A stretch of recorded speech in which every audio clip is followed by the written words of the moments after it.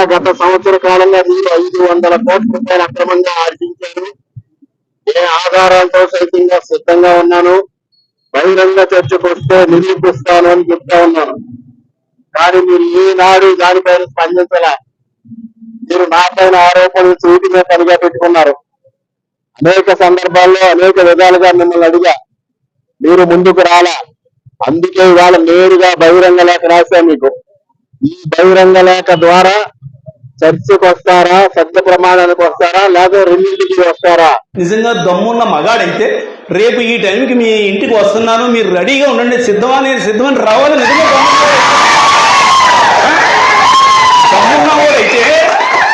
నిజంగా దమ్మున్నవాడైతే ఎస్ రేపు 2 గంటలకు వస్తున్నాను, కాసుకో చూసుకో అని చెప్పాలి. అంతేగాని ఎవరూ లేకుండా ఉన్నప్పుడు చెప్పా పెట్టకుండా ఏదో కుక్కలు వస్తుంటే హాస్పిటల్కి పోతుంటే అదే రకంగా పిచ్చి కుక్క వచ్చి మళ్ళీ పిచ్చి కుక్క అది కాదు కావాల్సింది. నిజంగా దమ్ము మగతనంగానే ఉంటే ఎస్ రేపు పలానా టైంకి మీ ఇంటికి వస్తున్నాను, కాసుకో అని చెప్పమనండి, కాసుకోమనండి.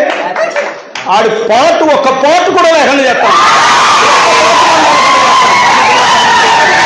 ఇప్పటికి 8 నెలలుగా డిమాండ్ చేస్తా ఉన్నా, సమాధానం లేదు.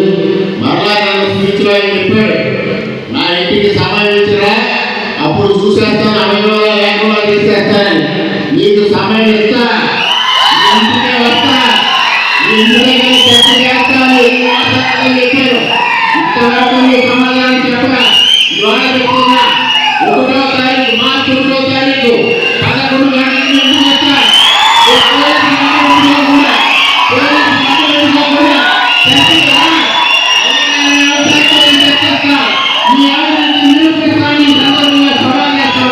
నా ఇంటి మీదకే, నా హాస్పిటల్కే దండయాత్రకు వచ్చాడు నేను లేని టైంలో. నేను ఒకటే చెప్పాను, నీకు దమ్ము ధైర్యం ఉంటే టైం ఇచ్చి రా అని చెప్పాను. ఈవేళ ఏదో చెప్పాడు 1వ తారీఖున ఏదో వస్తాను నేను. అతను కానీ హాస్పిటల్ మీద కానీ నా పైన కానీ దాడికి వస్తే బాడీలో ఏ పార్ట్ కూడా మేయకుండా చెప్పాలని చెప్పినాను. ఏ పార్ట్ కూడా మిగలదు, మళ్ళీ ఏ పార్ట్ మిగలదు. పార్ట్లన్నీ కూడా దగ్గర చేసినా కూడా షేప్ అంటూ లేకుండా తయారవుతాడని మాత్రం ఈ సందర్భంగా తెలియజేస్తున్నాను. మార్చి 1 ఉదయం 10 గంటలకి అనపర్తిలో ప్రతి వీధి కూడా వైఎస్ఆర్ కాంగ్రెస్ పార్టీ నాయకులు కార్యకర్తలతో నిండిపోవాలి. ఒక దుర్మార్గుడికి మనం సమాధానం చెప్పాలని చెప్పి